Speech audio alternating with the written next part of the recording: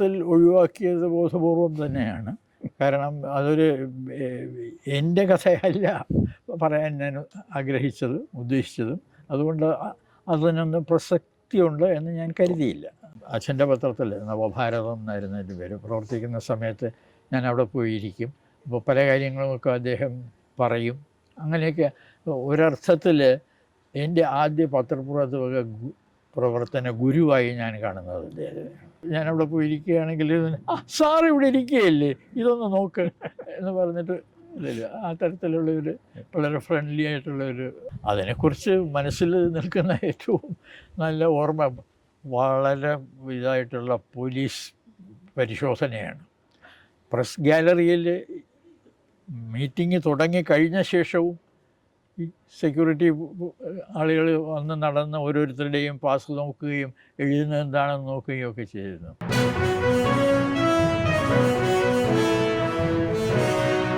BRP ഈ തുടക്കത്തിൽ ഈ പുസ്തകത്തിൽ വാസ്തവത്തിൽ അതൊരു വളരെ പേഴ്സണലായിട്ടുള്ള കാര്യങ്ങളല്ല, തൊഴിൽപരമായിട്ടുള്ള കാര്യങ്ങളാണ് കൂടുതൽ. ഞാൻ എന്നുള്ളതിനെക്കാട്ടിലും ആ കാലഘട്ടത്തിൻ്റെ പത്രപ്രവർത്തന ചരിത്രം, രാഷ്ട്രീയ ചരിത്രമൊക്കെയാണ്.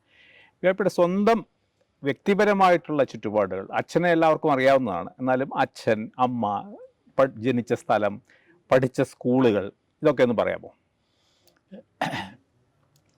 ഇതൊക്കെ പുസ്തകത്തിൽ ഒഴിവാക്കിയത് ബോധപൂർവം തന്നെയാണ്. കാരണം അതൊരു എൻ്റെ കഥയല്ല പറയാൻ ഞാൻ ആഗ്രഹിച്ചതും ഉദ്ദേശിച്ചതും.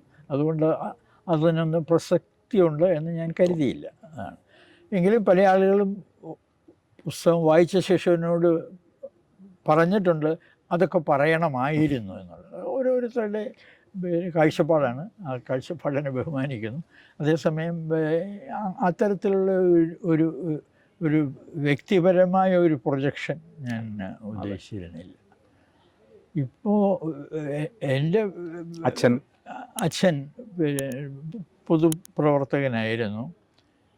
സ്വാതന്ത്ര്യ സമരകാലത്ത് അതിൻ്റെ ഭാഗമായിരുന്നു കുറേ കാലം. പിന്നീട് അതിൽ നിന്ന് വിട്ടു നിന്നിട്ടുണ്ട്. അതിനെക്കുറിച്ച് എനിക്ക് ചില സംശയങ്ങൾ ഒക്കെ ഉണ്ടായിരുന്നു. എന്തുകൊണ്ടാണ് ഇതിൽ നിന്നും പിന്നീട് കാലത്ത് വിട്ടത്, അത് ശരിയായിരുന്നോ എന്നൊക്കെയുള്ളത്. അത് ശരിയായിരുന്നില്ല എന്നുള്ള ബലമായ വിശ്വാസത്തിൻ്റെ അടിസ്ഥാനത്തിൽ ഞാൻ അത് കൂടുതൽ ചികഞ്ഞ് നോക്കാൻ ശ്രമിച്ചു. അപ്പോൾ അതിനകത്ത് ഞാൻ കണ്ടത് അതിനകത്തും ചില സത്യതകളും ചില ന്യായങ്ങളും അടങ്ങിയിരിപ്പുണ്ട്. കാരണം ആ കാലഘട്ടത്തിൽ കേരളത്തിൽ മാത്രമല്ല, തിരുവിതാംകൂർ, കൊച്ചിയിൽ മാത്രമല്ല, നമ്മുടെ രാജ്യത്തിൻ്റെ പല ഭാഗങ്ങളിലും വളരെ ശക്തമായി നിലനിന്നിരുന്ന ഒരു ഭയമുണ്ട്. അതായത് ഈ കോൺഗ്രസ് വന്നിരുന്നാൽ സ്ഥിതി സമത്വത്തിലേക്കുള്ള നീക്കം തടയപ്പെടും എന്നൊക്കെ ഉള്ളത്. അപ്പം അങ്ങനെയുള്ള ഭയങ്ങൾ ഇതുണ്ട്. അത് അസ്ഥാനത്താണ് എന്ന് പറയാനും പറ്റില്ല. അത് തീർച്ചയായിട്ടും ഉണ്ടായിരുന്നു. പക്ഷേ അതിനെയൊക്കെ മറികടന്നുകൊണ്ട് നമ്മുടെ രാഷ്ട്രീയം മുന്നോട്ട് പോയി, ഏതാണ്ട് നല്ല രീതിയിൽ മുന്നോട്ട് പോയി എന്നതും ഇവിടെ പറയേണ്ടതുണ്ട്. അതിൽ ഒരു വലിയ ഘടകം കോൺഗ്രസ് കഴിഞ്ഞിരുന്ന പിന്നെ അടുത്ത വലിയ പ്രസ്ഥാനമായിട്ട് രാഷ്ട്രീയ ഇതായിട്ട് ഇവിടെ വന്നത് ഇടതുപക്ഷമാണ്.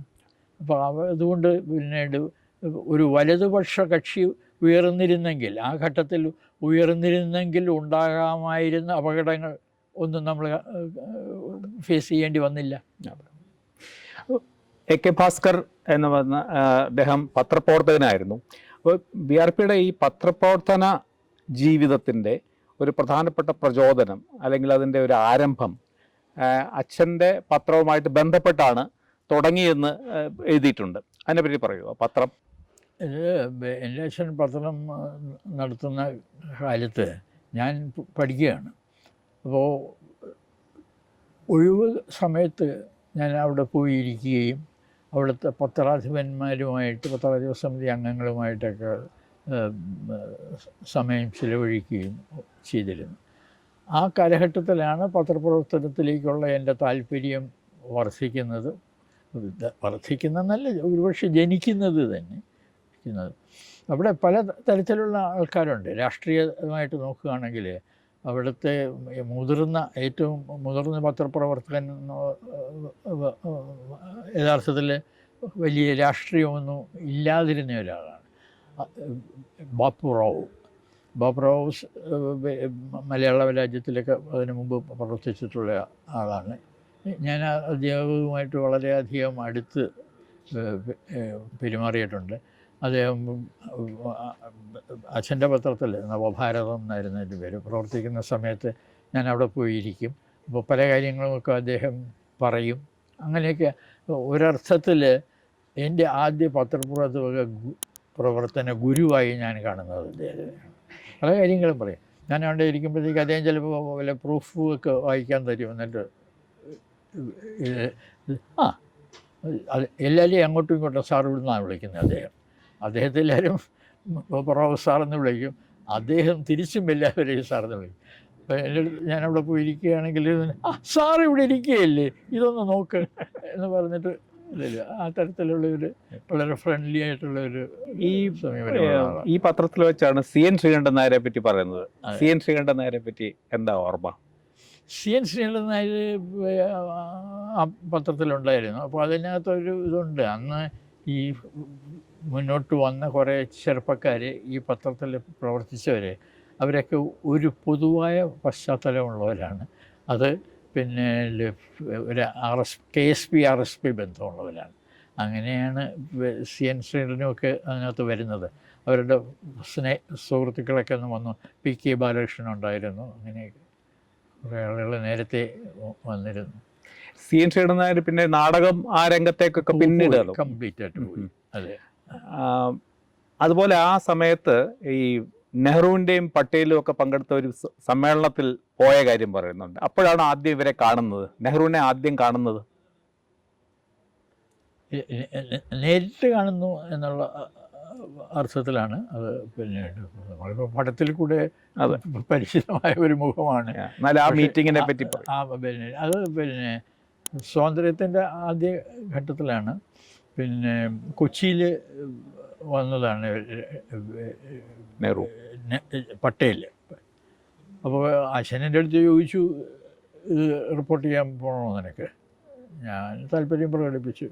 അപ്പോൾ പോയി റിപ്പോർട്ട് ചെയ്യാൻ പറഞ്ഞു. അങ്ങനെ ഞാൻ കൊച്ചിയിൽ പോയി പട്ടേലിൻ്റെ മീറ്റിങ്ങിൽ.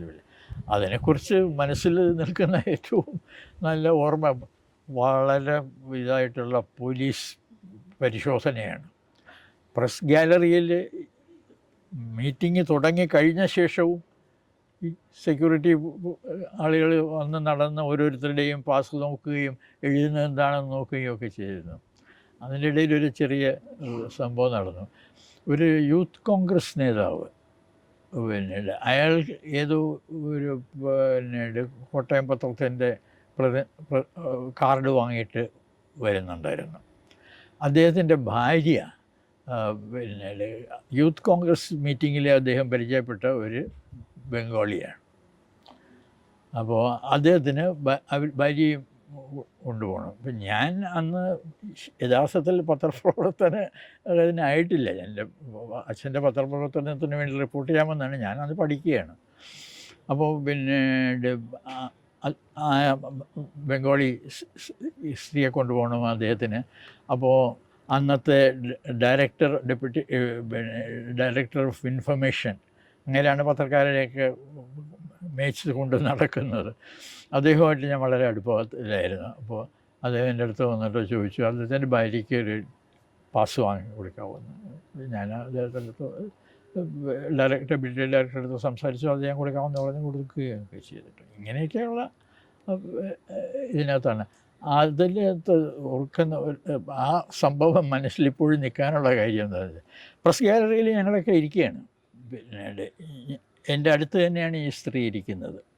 അവർ ബംഗാളിയാണ്. പിന്നെ അവർ അവിടെ കയ്യിൽ പേനയൊക്കെ ഉണ്ട്, പിന്നെ കടലാസമൊക്കെ ഉണ്ട്.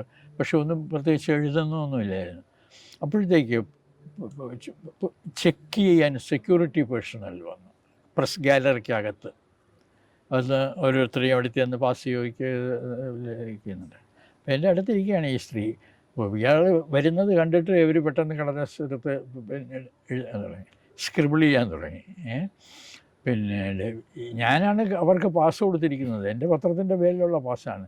പക്ഷേ ഈ സ്ത്രീ ബംഗാളിയാണ്, അവർ കടലാസ് എടുത്ത് എഴുതിയത് ബംഗാളിയിലാണ് എഴുതിക്കൊണ്ടിരിക്കുന്നത്. അപ്പം ഞാൻ വിചാരിച്ചു ഇത് പോലീസുകാരിൽ കണ്ടാൽ അയാൾക്ക് എന്തെങ്കിലും സംശയം തോന്നുമെന്ന്. അയാളുടെ മനസ്സിലൊരു സംശയവും തോന്നിയില്ല. അയാൾ വന്ന് നോക്കി അങ്ങ് പോയി. ഈ നെഹ്റുവിൻ്റെ മീറ്റിങ്ങും അത് തന്നെയായിരുന്നു അതോ? നെഹ്റുവിൻ്റെ മീറ്റിംഗ് വേറൊരു സന്ദർഭത്തിൽ. അതെവിടെയായിരുന്നു? നെഹ്റുവിൻ്റെ മീറ്റിംഗ് തിരുവനന്തപുരത്തായിരുന്നു. അത് പോയത് അതിനെപ്പറ്റി ഓർക്കാൻ ഉണ്ടോ ആ യോഗം? അതും ഇതേമാതിരി പിന്നീട് പോകുന്നു എന്ന് എന്നോട് ചോദിച്ചു, ഞാൻ പോകാമെന്ന് പറഞ്ഞു. അങ്ങനെ ആ ഘട്ടത്തിൽ പിന്നീട് ഒരു ട്രെൻഡ് മലയാള പത്രപ്രവർത്തനത്തിലുണ്ടായിരുന്നു. ഇവരുടെയൊക്കെ പ്രസംഗങ്ങൾക്ക് വളരെ നീട്ടി അങ്ങ് കൊടുക്കുക.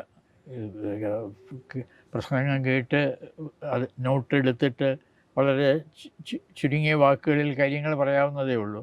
പക്ഷേ മത്സരത്തും കൊണ്ടുകൂടി ആവണം. പിന്നെ മലയാള മനോരമ തുടങ്ങി വെച്ചതാണ്, വളരെ ഡീറ്റെയിൽഡായിട്ടുള്ള പ്രസംഗങ്ങൾ റിപ്പോർട്ടുകളൊക്കെ കൊടുക്കാൻ തുടങ്ങി. അപ്പോൾ ആ രീതിയാണ് ഞാനും അവിടെ അന്ന് അവലംബിച്ചത്. അതിനകത്ത് വളരെ നീണ്ട റിപ്പോർട്ട്. അപ്പോൾ അത് ഒരു വലിയൊരു പ്രാക്ടീസാണ്. അതായത് പിന്നെ പ്രസംഗിച്ചുകൊണ്ടിരിക്കുമ്പോൾ തന്നെ നമ്മൾ കുറിപ്പെടുത്തിട്ട് പിന്നെ എഴുതാനാണെങ്കിൽ ഒരുപാട് സമയം എടുക്കും. അതെ. പക്ഷേ ഞാൻ മിക്കവാറും ഈ പ്രസംഗം കേട്ടുകൊണ്ടിരിക്കുമ്പോൾ എഴുതുന്നത് തന്നെ ഫുൾ സെൻറ്റൻസസ് ആയിട്ടാണ് എഴുതുന്നത്. എനിക്ക് തിരിച്ച് ചെന്നിട്ട് വളരെയൊന്നും മാറ്റം വരുത്തേണ്ടതില്ല അതിൽ. അതുകൊണ്ടിട്ട് പെട്ടെന്ന് വളരെ വേഗത്തിൽ എഴുതാൻ ശീലിച്ചു. അങ്ങനെ ഒരു ഗുണമുണ്ടായി.